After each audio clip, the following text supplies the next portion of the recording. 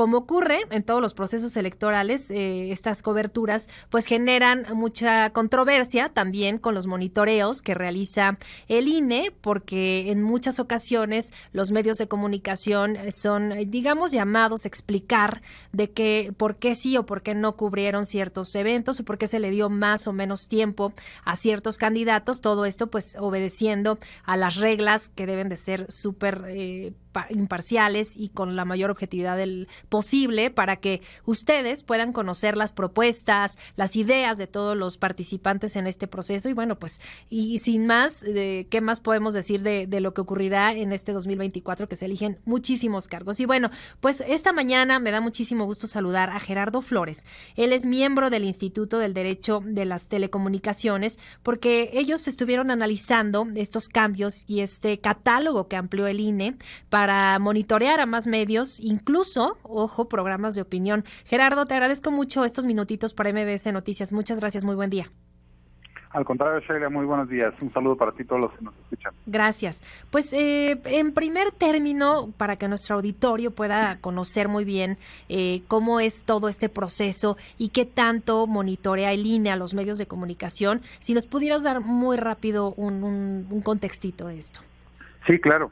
Mira, el INE viene monitoreando programas que difunden noticias o noticieros desde hace ya varios años, particularmente desde que está, digamos, en marcha el modelo de comunicación política actual que tiene su origen en la reforma electoral de 2007, y a partir de 2008 el entonces IFE y ahora el INE vienen monitoreando programas de opinión. Previo a cada proceso electoral definen un catálogo de noticieros que van a ser monitoreados. En este caso se apoyan en la UNAM y en este trabajo lo que hacen es valorar para fines de evaluar, digamos, como decías tú, la equidad en el trato de los candidatos o partidos políticos. Evalúan primero pues el tiempo que se le dedica a cada quien, pero también digamos, el sentido de la nota que se difunde o de la noticia. En este caso la valoran como positiva, negativa o neutra, ¿no? Uh-huh.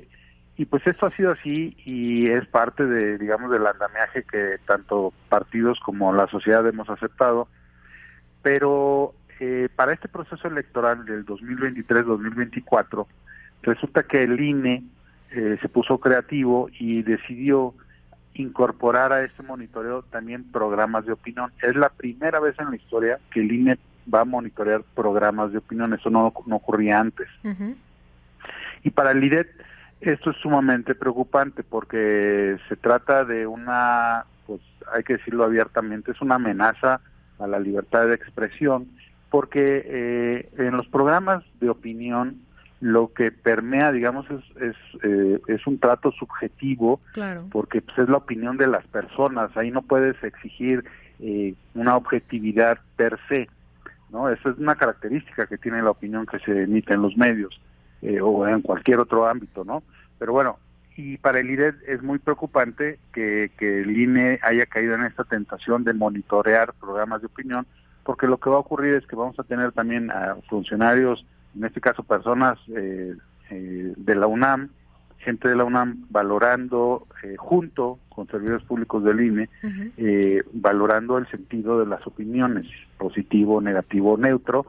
Y esto, pues lo que, tal como ocurre con los programas de noticias, también puede dar pie a que partidos o candidatos se sientan agraviados y decidan interponer quejas o recursos ante el INE en contra de periodistas que hayan emitido opinión en un sentido, y desde luego también contra los medios a través de los cuales se difundió ese programa de opinión. Entonces, lo que nos preocupa es que vaya a haber una serie de recursos en contra de medios y periodistas que pues no va a tener otro efecto más que la autocensura. Eso es muy sabido. Cuando tú pones ese tipo de mecanismos de vigilancia sobre las personas, pues lo que se produce es la autocensura, y la autocensura es igual de perniciosa que la censura y es inadmisible, y por eso para el IDET es muy preocupante, y por eso hemos llamado la atención sobre este tema, para que no pase desapercibido y pues se haga una discusión pública importante sobre esto, además de que sabemos que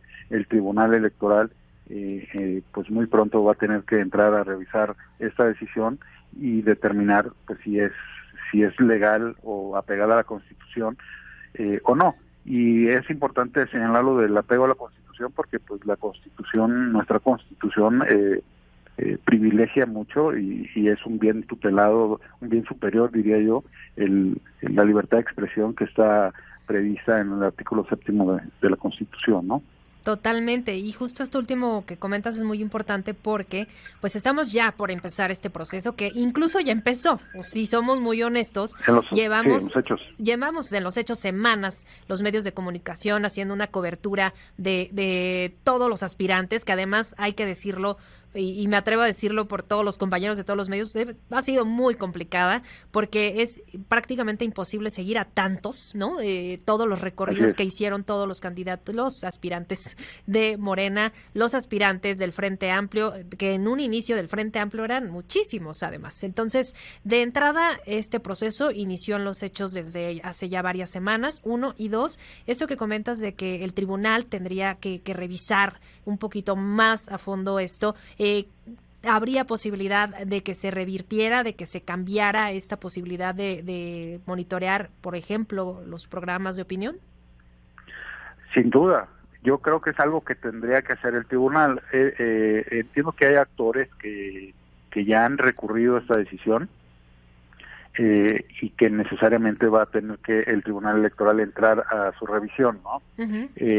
Y pues para mí no hay vuelta de hoja, o sea, la Constitución, como te decía yo, privilegia el derecho a la libertad de expresión y me parece que no hay ningún pretexto que permita que se ponga en riesgo, en este caso, la supuesta intención de vigilar si hay un trato equitativo de candidatos y partidos políticos.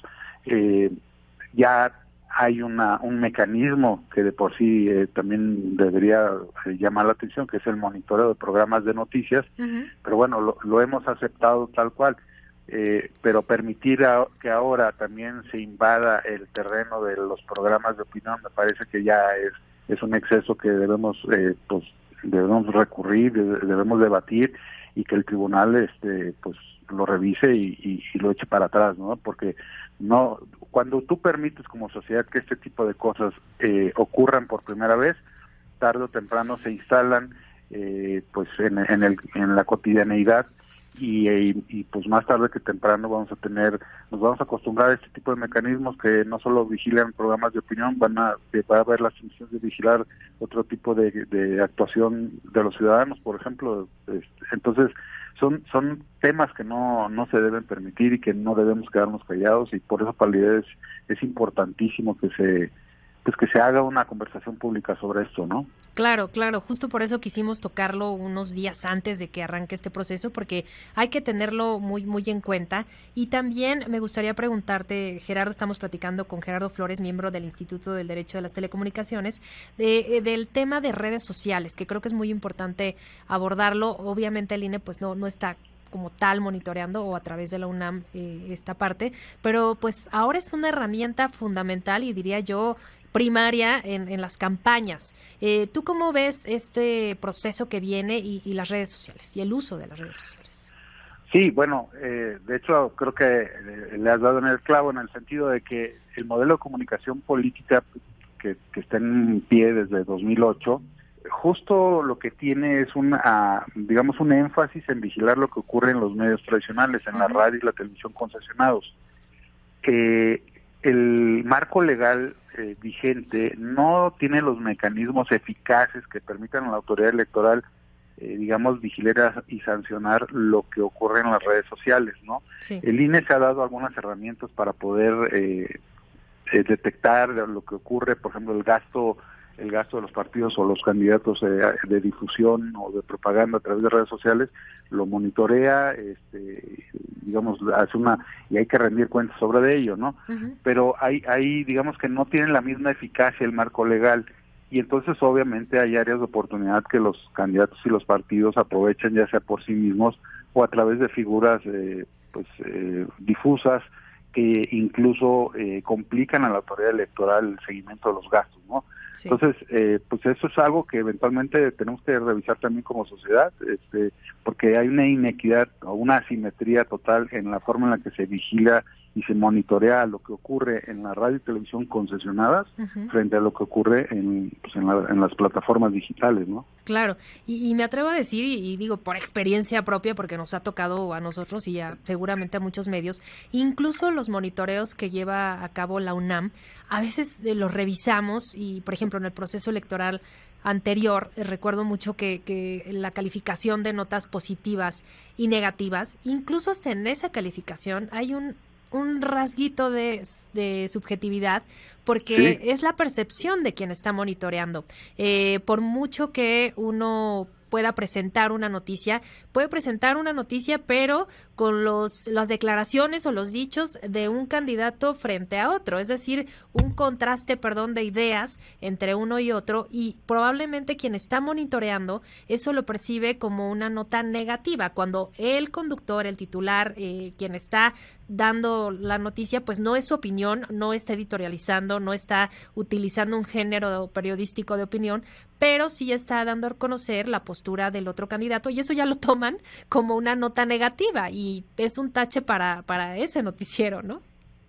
Sí, desde luego, y por eso te digo, es preocupante para el IDET esta decisión ahora que traslada esto a los programas de opinión, porque pues ahí seguramente la subjetividad de quienes revisan pues va a sentirse con todo rigor, y el problema, como te decía, es que van a aparecer notas o más bien opiniones valoradas positiva, negativa o neutralmente, y eso puede dar pie a que candidatos o partidos políticos que se sienten agraviados interpongan denuncias contra las personas que emiten esa opinión o contra los medios, y entonces se vuelve un caos, y al final el problema es de los medios y no de los partidos o los candidatos, ¿no? Así es.